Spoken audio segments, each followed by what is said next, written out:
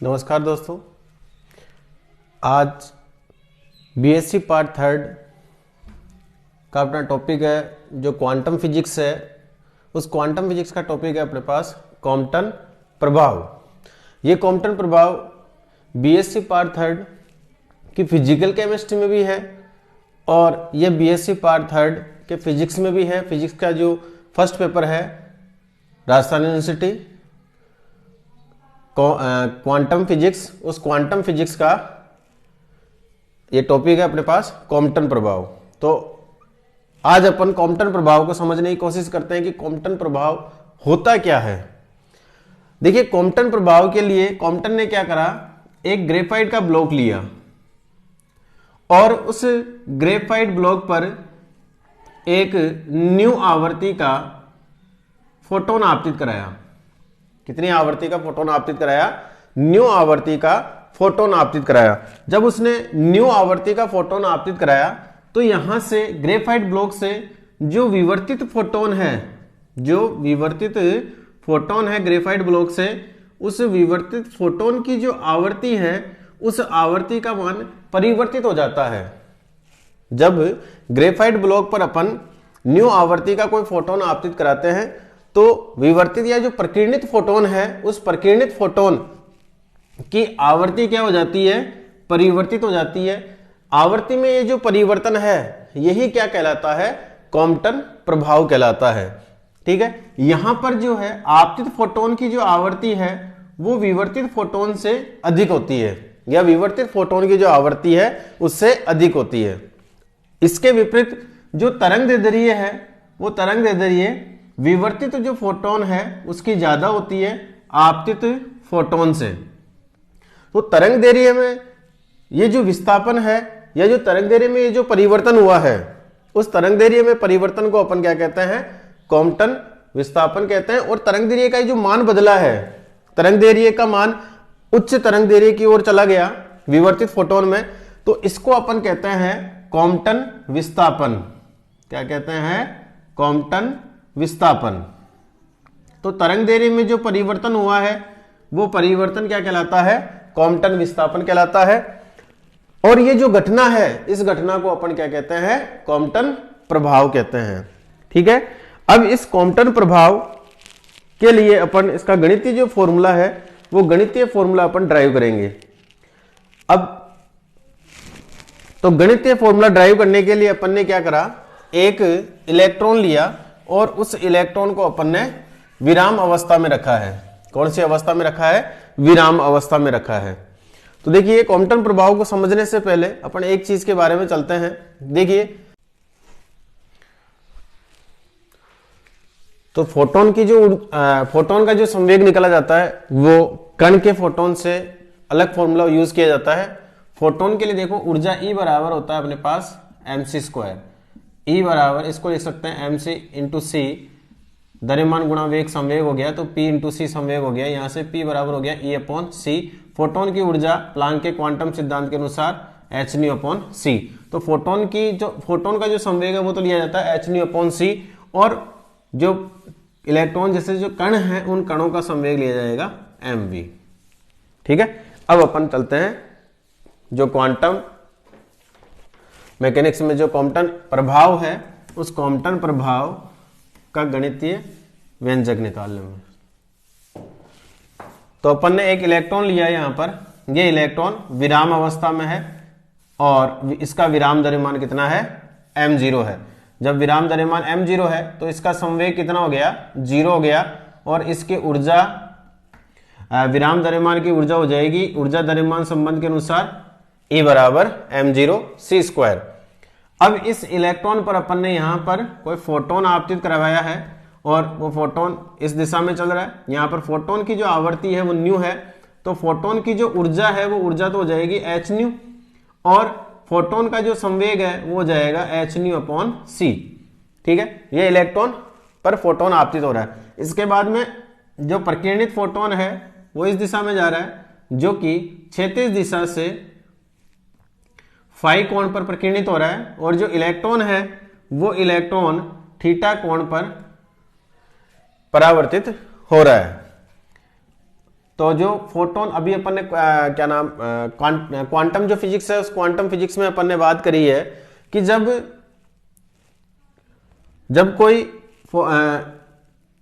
Graphite block पर कोई photon आपतित होता है, ग्रेफाइट ब्लॉक पर कोई फोटोन आपतित होता है, तो प्रकीर्णित जो फोटोन है उसकी आवर्ती आपतित फोटोन की आवर्ती से परिवर्तित होती है। तो इस फोटोन की जो आवर्ती है वो कितनी हो गई, न्यूडेस हो गई है। और जो इलेक्ट्रॉन प्रकीर्णित हुआ है उस इलेक्ट्रॉन का वेग है v। तो इस प्रकीर्णित फोटोन की जो ऊर्जा है वो तो हो जाएगी E1 dash is equal to h nu dash, और इसका संवेग हो जाएगा P1 डैश बराबर h nu dash upon c. इसी प्रकार इलेक्ट्रॉन की जो ऊर्जा है E2 dash is equal to वो हो जाएगी m c स्क्वायर प्लस इसका जो संवेग है वो हो जाएगा P2 डैश बराबर mv। ठीक है, ये कण है और कण का संवेग mv से दिया जाएगा। अब देखो यहां पर क्या हो रही है, टक्कर हो रही है इलेक्ट्रॉन की, किससे, इस फोटोन से, जिसमें इलेक्ट्रॉन विराम अवस्था में है और फोटोन गतिशील अवस्था में है। तो टक्कर में दो संरक्षण नियमों का उपयोग किया जाता है। वो दो संरक्षण नियम है, पहला ऊर्जा संरक्षण और दूसरा है संवेग संरक्षण। तो वो दोनों नियम अपन यहां पर अप्लाई करेंगे और अप्लाई करने के बाद में अपन देखते हैं। तो पहला है ऊर्जा संरक्षण। तो ऊर्जा संरक्षण नियम से, अब ऊर्जा संरक्षण नियम क्या कहता है, टक्कर के पूर्व कुल ऊर्जा का मान टक्कर के बाद में कुल ऊर्जा के बराबर होता है। तो टक्कर के पूर्व कुल ऊर्जा हो गई फोटोन की E1 और इलेक्ट्रॉन की हो गई E2 बराबर टक्कर के बाद में ऊर्जा हो गई अपने पास फोटोन की E1 डैश और इलेक्ट्रॉन की हो गई E2 डैश। ये अपने पास ऊर्जा संरक्षण नियम है।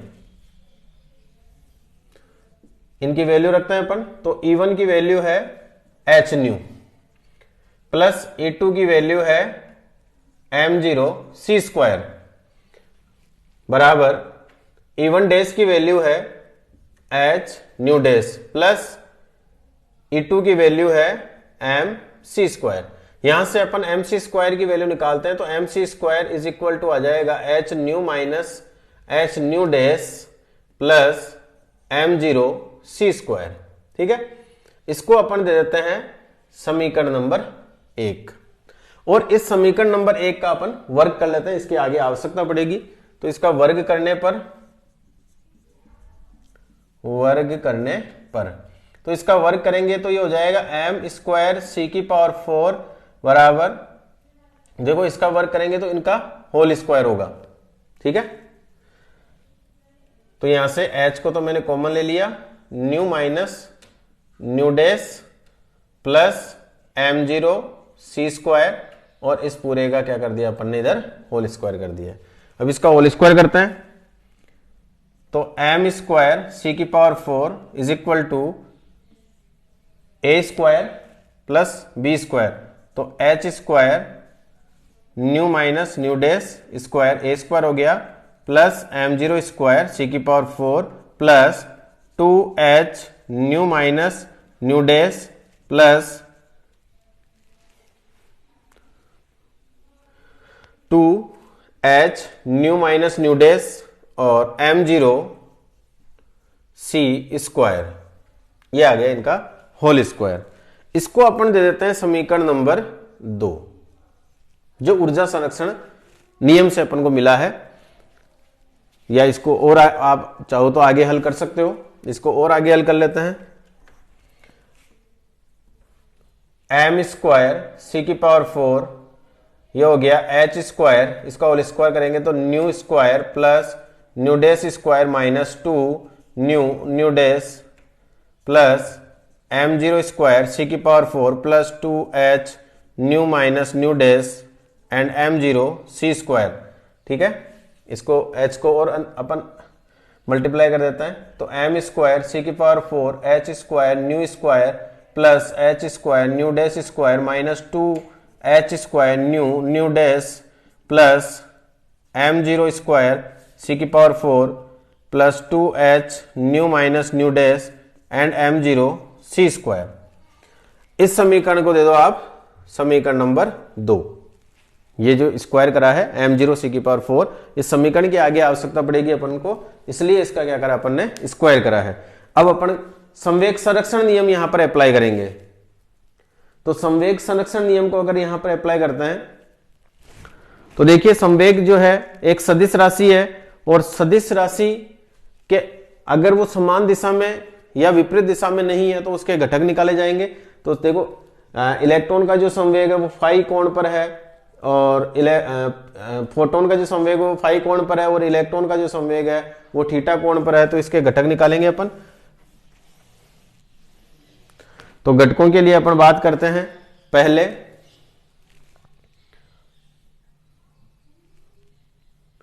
तो देखिए थीटा के पास वाली लाइन हमेशा कोस थीटा में होती है।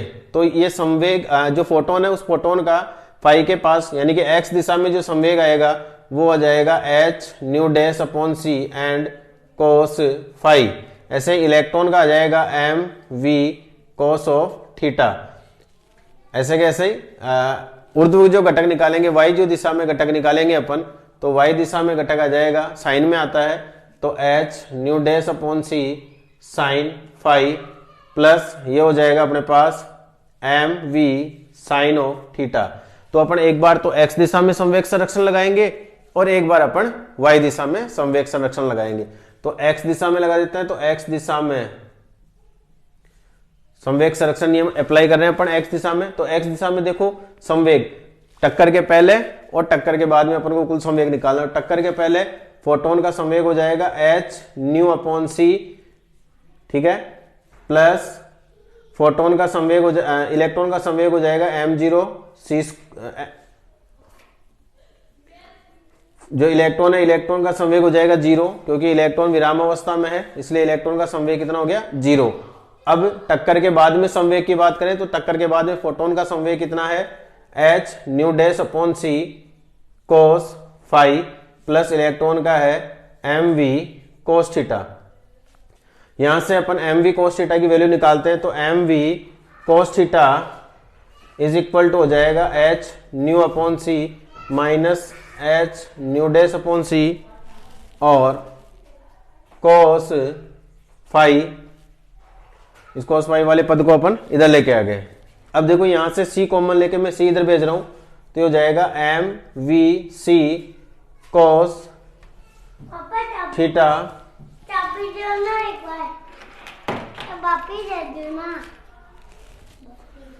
कोस theta is equal to h nu minus h nu dash और कोस फाई।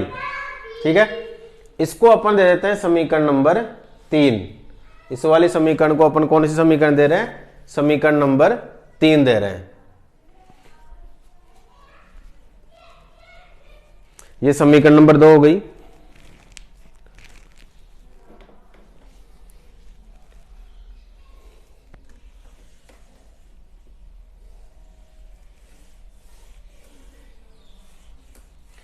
अब अपन संवेग निकालेंगे y दिशा में। y दिशा में संवेग संरक्षण नियम को अपन अप्लाई करते हैं।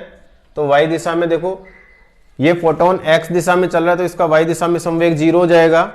इलेक्ट्रॉन ऑलरेडी स्थिर अवस्था में, इसका संवेग 0, तो y दिशा में टक्कर के पहले इनका संवेग 0 है। y दिशा में टक्कर के बाद में फोटोन का संवेग h nu dash upon c sine phi minus electron का संवेग है, क्योंकि ये दोनों विपरीत दिशा में इसलिए माइनस हो जाएंगे, m v c sine theta, m v sine theta.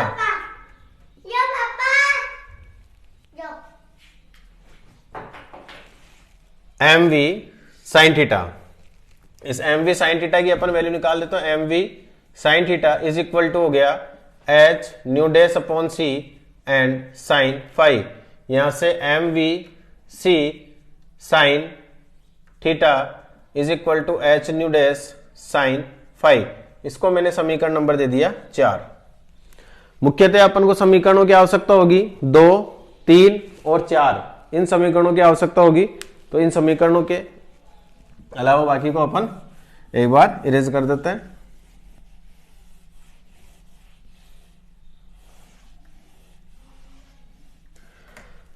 देखो समीकरण नंबर जो 3 और 4 है, 3 और 4 को वर्ग करके जोड़ लेते हैं एक बार। तो समीकरण नंबर 3 और 4 को वर्ग कर जोड़ने पर समीकरण नंबर 3 व समीकरण नंबर 4 को वर्ग कर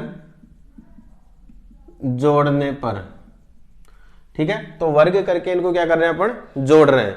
तो वर्ग करके जोड़ते हैं तो पहला पद हो जाएगा अपने पास m square v square, m square v square c square cos square theta, plus दूसरा पद हो जाएगा अपने पास जो समीकरण 4 है उसका पद हो जाएगा m square v square c square sine square theta बराबर, इसका देखो इधर यहां पर समीकरण 3 का ये जो पद है इसका होल स्क्वायर होगा, तो इसका होल स्क्वायर हो जाएगा h nu minus h nu dash cos phi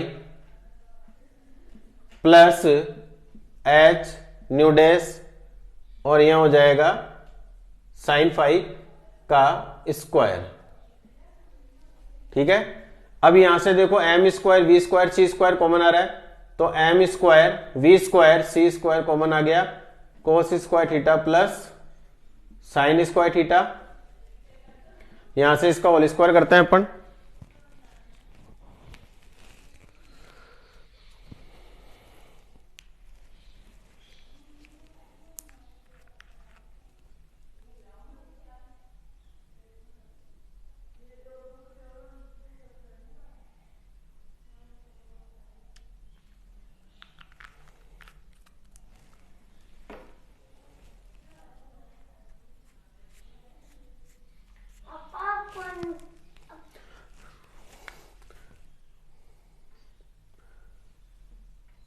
आगे बात करते हैं, यहां से होल स्क्वायर करते हैं तो ये हो जाएगा h square nu square plus h square nu dash square cos square phi minus to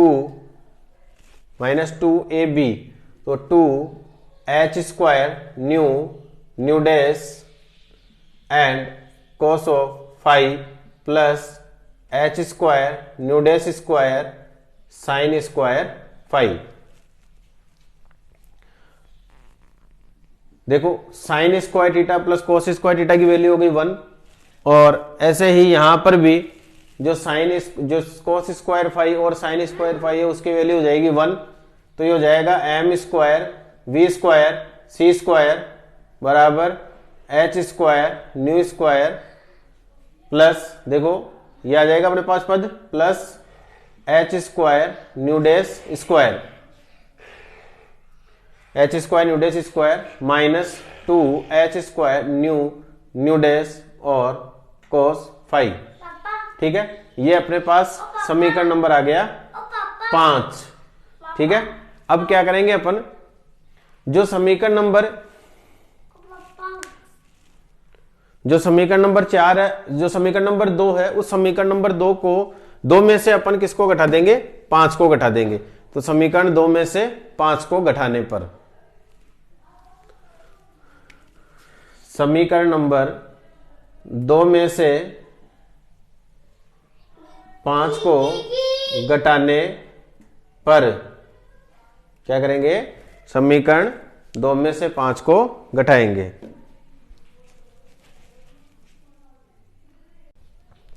तो समीकरण 2 में से 5 को घटाते हैं तो समीकरण 2 अपने पास है m0 स्क्वायर सी की पावर 4, इसमें से इसको घटाते हैं तो ये हो जाएगा m0 v square c square is equal to h square. देखो इस वाली समीकरण में से अपन इसको घटा रहे हैं तो देखो एच स्क्वायर न्यू स्क्वायर से h square nu square cancel हो गया, h square nu dash square से h square nu dash square cancel हो गया।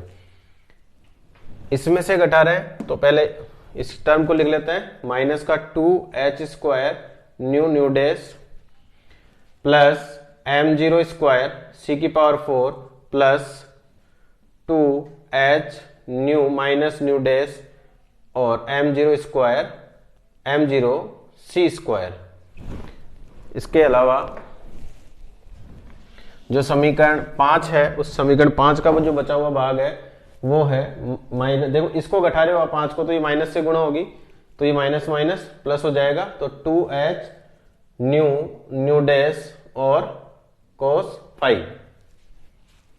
ये अपने पास समीकरण आई है। अब इस समीकरण में यहां से m स्क्वायर सी की पावर 4 को कॉमन लेते हैं अपन, तो m स्क्वायर सी की पावर 4 को कॉमन लेते हैं तो यहां से बच गया 1 minus v square upon c square is equal to यहां से 2h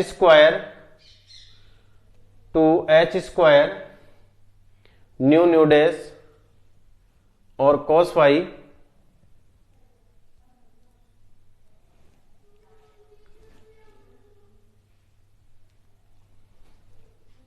ये अपने पास कॉमन आ रहा है, तो ये हो गया m0 स्क्वायर सी की power 4 plus 2h square nu nu dash common आ गया और यहां से हो गया, देखो यहां से बच गया अपने पास, यहां से तो बच गया cos phi minus 1 plus 2h nu minus nu dash और m0 सी स्क्वायर।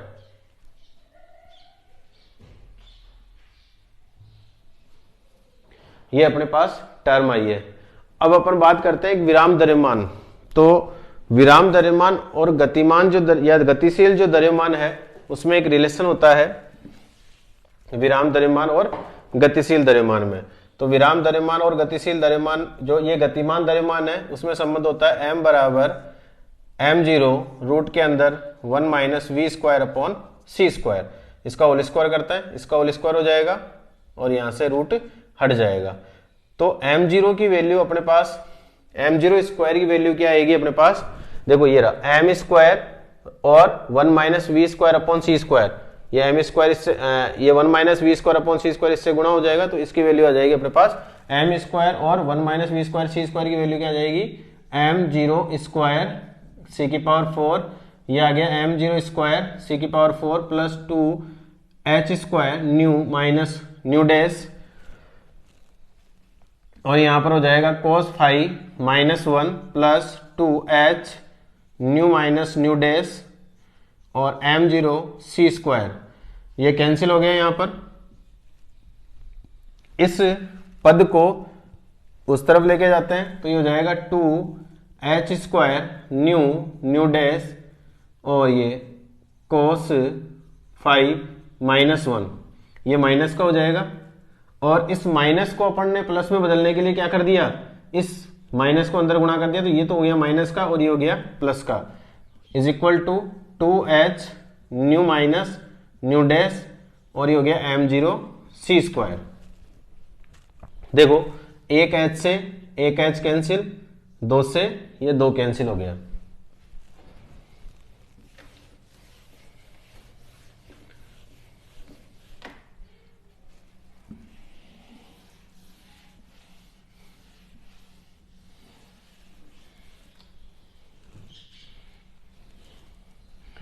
वैल्यू बची अपने पास, पहले इस वैल्यू को लिख लेते हैं अपन, तो ये हो गया न्यू माइनस न्यू डैश और m0 सी स्क्वायर बराबर nu nu dash h 1 minus cos phi. इस आवर्ती वाले पदों को एक तरफ कर लें क्योंकि अपन को तरंगदैर्घ्य में विस्थापन निकालना है। तो तरंगदैर्घ्य में विस्थापन कब मिलेगा, जब अपन आवर्ती को एक तरफ करेंगे तो आवर्ती को तरंगदैर्घ्य में अपन रूपांतरित कर देंगे। तो हो जाएगा nu minus nu dash upon nu nu dash is equal to h upon m0 c square 1 minus cos phi. इसको इसमें भाग लगाए तो ये आ गया अपने पास न्यू, न्यू से न्यू कैंसिल हो जाएगा, 1 अपॉन न्यू डैश माइनस इसका इसमें भाग लगाएं तो 1 upon nu is equal to h upon m0 c square 1 minus cos phi.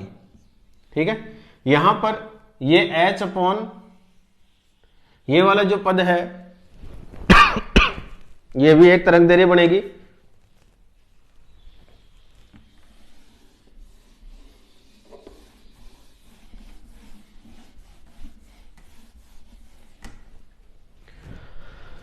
तरंग दैर्ध्य और आवर्ती में रिलेशन होता है c is equal to nu lambda और न्यू इज इक्वल टू होता है c अपॉन लैम्डा। ठीक है, तो यहां पर न्यू निकालेंगे तो c अपॉन लैम्डा और न्यू डैश हो जाएगा c अपॉन लैम्डा डैश। ठीक है, और आगे बढ़ते हैं। तो यहां पर देखो किसका मान रखते हैं अपन, न्यू डैश का मान रखते हैं पहले। तो न्यू डैश का मान रखेंगे तो न्यू डैश का हो जाएगा c upon lambda dash minus nu का मान रखेंगे c upon lambda is equal to h upon m0 c square 1 minus cos phi.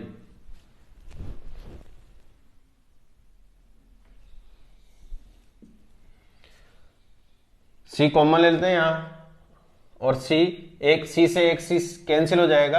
ये हो जाएगा अपने पास lambda dash minus lambda is equal to h upon m0 c 1 minus cos phi.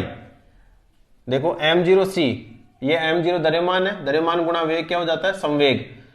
De Broglie concept से जानते हैं p बराबर होता है h अपॉन लैम्डा, लैम्डा बराबर होता है h अपॉन p। तो यहां पर ये जो फॉर्म है वो h अपॉन p की फॉर्म है, बट यहां पर विराम द्रव्यमान है तो विराम द्रव्यमान को अपन यहां पर लैम्डा 0 लिख रहे हैं। ठीक है, तो ये लैम्डा 0 अपने पास।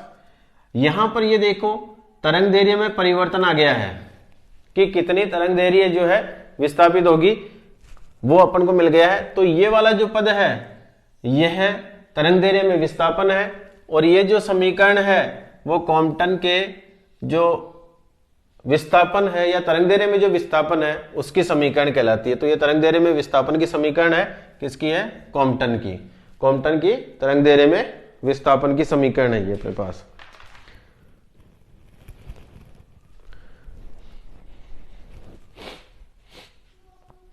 यहां पर h जो लैम्डा 0 अपन मान रहे हैं h अपॉन m0 c को, ये कॉम्पटन तरंग दैर्ध्य है। क्या है, कॉम्पटन तरंग दैर्ध्य। ये वाली जो तरंग दैर्ध्य है वो कॉम्पटन तरंग दैर्ध्य है। और जब अपन h जो कि एक प्लांक नियतांक है और m0 जो इलेक्ट्रॉन का द्रव्यमान है और c प्रकाश का वेग है, तो इनका मान रखते हैं तो h का मान होता है अपने पास 6.62 इंटू 10⁻34 JS। m0 का मान इलेक्ट्रॉन का विराम द्रव्यमान 9.1 इंटू 10⁻31 kg और c का मान 3 × 10⁸ मीटर पर सेकेंड। जब ये सारे मान अपन यहां पर पुटअप करते हैं तो लैम्डा 0 का मान अपन को मिलता है 0.0242 मीटर। ये अपन को तरंग दैर्ध्य का मान प्राप्त होता है। सॉरी, एंगस्ट्रम आता है, एंगस्ट्रम में अपने पास ये वैल्यू होती है। तो ये कौन सी तरंग दैर्ध्य है, कॉम्पटन तरंग दैर्ध्य है, राइट। तो अपने पास जो कॉम्पटन का अपन प्रभाव पढ़ रहे थे, कॉम्पटन प्रभाव, उस कॉम्पटन प्रभाव में तरंग दैर्ध्य के विस्थापन का अपन ने समीकरण निकाल लिया है। अब यहां पर कि कहां पर तरंग दैर्ध्य में विस्थापन ज्यादा होगा, तरंग दैर्ध्य में जो विस्थापन है वो विस्थापन डिपेंड करता है यहां पर प्रकीर्णन कोण, जो कि किसका है, प्रकीर्णित फोटोन की प्रारंभिक दिशा और प्रकीर्णित दिशा के मध्य जो कोण है उस पर निर्भर कर रहा है। अगर यहां पर थीटा का मान 0 डिग्री है तो थीटा का मान 0 होने पर लैम्डा डैश माइनस लैम्डा की वैल्यू 0 आ जाएगी, क्योंकि cos 0 का मान 1 होता है, यानी फाई का मान 0 होने पर यहां से लैम्डा डैश माइनस लैम्डा की वैल्यू आ जाएगी 0। तो जब फाई 0 होता है तो तरंग दैर्ध्य में विस्थापन कम होता है, और जब फाई का मान 180 डिग्री होता है तो तरंग दैर्ध्य में विस्थापन अधिकतम होता है, क्योंकि 180 डिग्री का मान -1 होता है, तो तब अधिकतम हो जाएगा, माइनस माइनस ऐड हो जाएगा। ठीक है, तो कितने पर, 180 डिग्री पर अधिकतम होता है और 0 डिग्री पर न्यूनतम होता है। तो आज अपन ने कॉम्पटन प्रभाव पढ़ा है और कॉम्पटन प्रभाव में अपन ने कॉम्पटन जो तरंग दैर्ध्य में जो विस्थापन है वो तरंग दैर्ध्य में विस्थापन पड़ा है, और कॉम्पटन जो तरंग दैर्ध्य है उसका मान अपन ने निकाला है। ठीक है, आगे अपन पढ़ेंगे जो कॉम्पटन प्रभाव जो अपन ने पढ़ा है, जो कॉम्पटन की जो समीकरण है उसके क्या क्या अनुप्रयोग हो सकते हैं उसके बारे में पर बात करेंगे। ये पढ़ेंगे अपन नेक्स्ट क्लास में।